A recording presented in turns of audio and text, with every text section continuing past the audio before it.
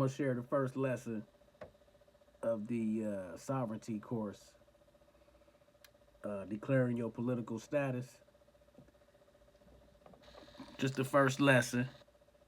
Uh, the title is The Hidden Bond, Reclaiming the Self from the Straw Man System. Now, everybody know about the straw man by now. You know, if you don't, you about to find out.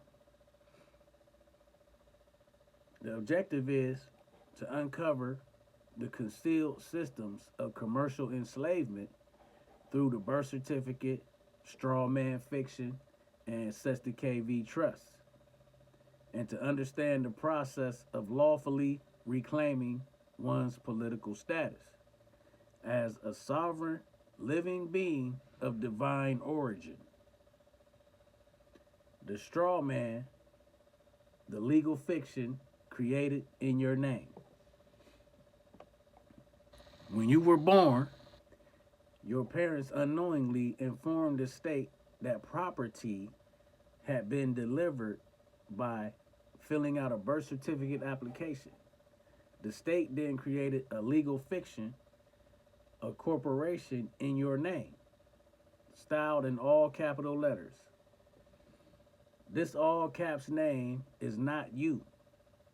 It is a transmitting utility, a trust, an artificial entity that exists on paper to interface with the commercial world. You, the living man or woman, are not that entity.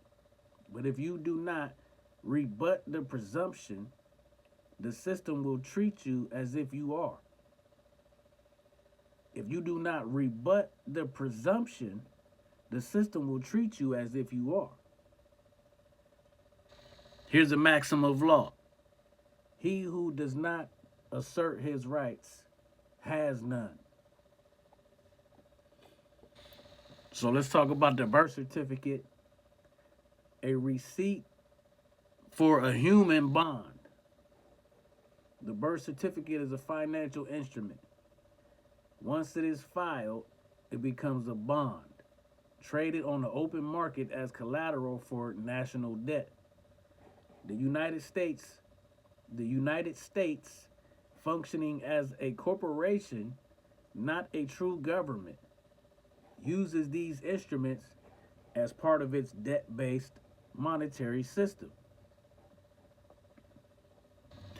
See, a lot of people don't know or still think that the United States is America. The United States is a corporation.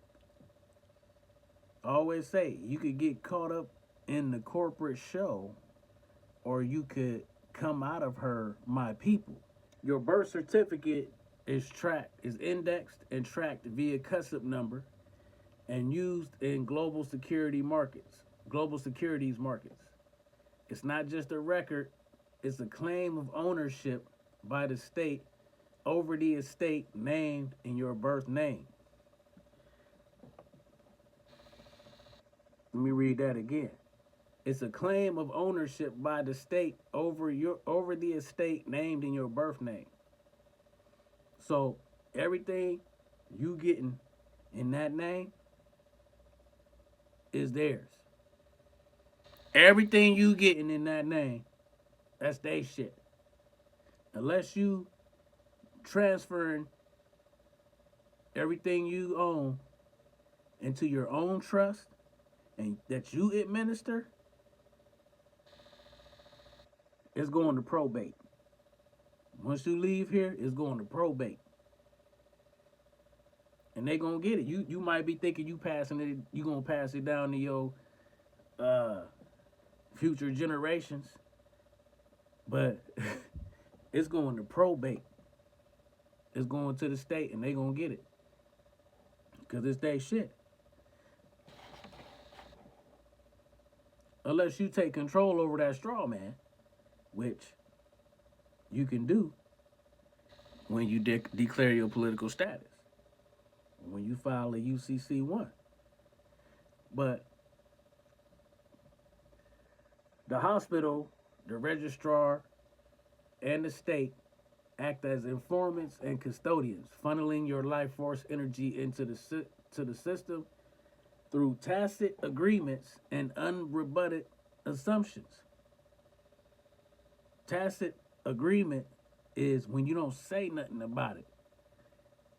When you don't say nothing, your silence is tacit agreement and unrebutted assumptions. So, the Sesta KV Trust of 1666. This is where the Sesta KV Trust came from. In 1666, during the Great Plague and Fire in London, Parliament passed the Sesta KV Act, declaring that people not seen or heard from for 7 years could be declared dead and their property administered by the state. If they wasn't heard from for 7 years, then they could be declared dead and their property administered by the state.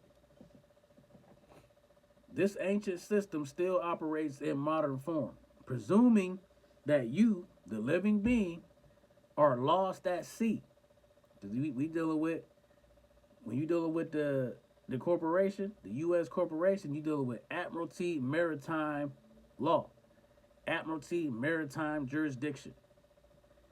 You're not dealing with common law or natural law or universal law, the law of the land, the law of nature, and the law of the universe. You dealing with statutes and codes of the corporation. But it says this ancient system still operates in modern form, presuming that you, the living being, are lost at sea, dead in the eyes of the law. That all caps name is a dead fiction. It's a legal fiction. It's a corpse, a corporation, a business. And they attach you or do joinder. They get you to do joinder with that entity and make it live. This ancient system operates in modern form, presuming that you, the living being, are lost at sea, dead in the eyes of the law, and thus your estate and rights are held in trust by the state or crown. 3 key trusts are presumed at birth. 1, the Sesta KV Trust 1 for the body, estate.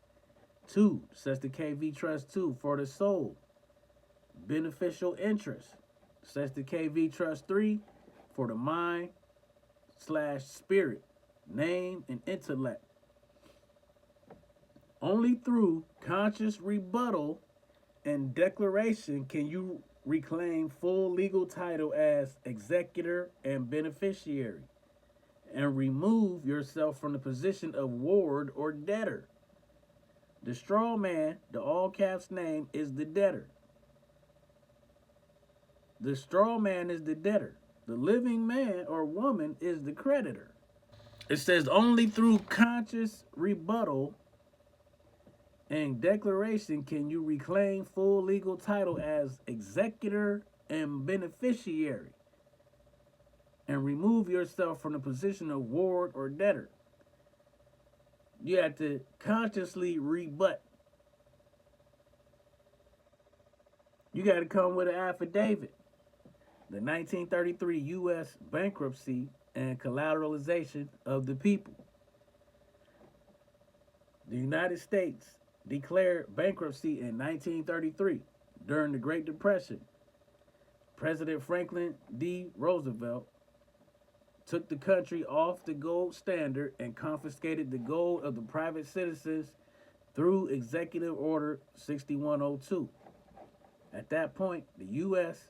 could no longer pay its debts to foreign bankers. In exchange for continued credit from the Federal Reserve, the U.S. began using the birth certificates of its citizens as collateral. This is why today your value is calculated at birth using actuarial data. An average human, an average human being in America is worth millions over their lifetime, and that potential is monetized through bonds tied to your identity. You became surety for the national debt. Now let's jump into the 14th Amendment and the corporate person. After the Civil War, the 14th Amendment was passed, ostensibly to grant rights to freed slaves, but a deeper reading reveals something else. The 14th Amendment introduced a new type of citizen. All persons born or naturalized in the United States are citizens of the United States. Now, remember I said the United States is not the United States of America Republic. The United States is the corporation located in Washington, D.C., District of Columbia. Now, note it did not say of the several states, it refers to the federal corporate entity. This means that you are presumed to be a federal citizen under corporate jurisdiction. You are subject to federal statutes, not constitutional protections. Your rights are privileges revocable by statute. You are treated as a commercial entity, not a living man or woman. Now, here's why you must declare your status. Unless you affirmatively rebut these assumptions, the system will treat you as a 14th Amendment corporate citizen, a trustee of a corporate estate, your straw man, which you actually are the executor and beneficiary of that trust. But they put you as a trustee with all the liability, and everything you get in that name is theirs. Surety for the national debt, and a subject of statutory law, not natural law. Only by declaring your political status, correcting your record, and asserting your standing can you reclaim your status as a private, national, or sovereign, become the beneficiary instead of the trustee of your estate, and assert your rights under divine law, natural law, and customary law. Now, here's the path to correction. In summary, declare your political status as a state, national. You know what I mean? Whatever state you was, if you born on Ohio State, you're Ohioan. You know what I'm saying? So declare your political status as whatever you are.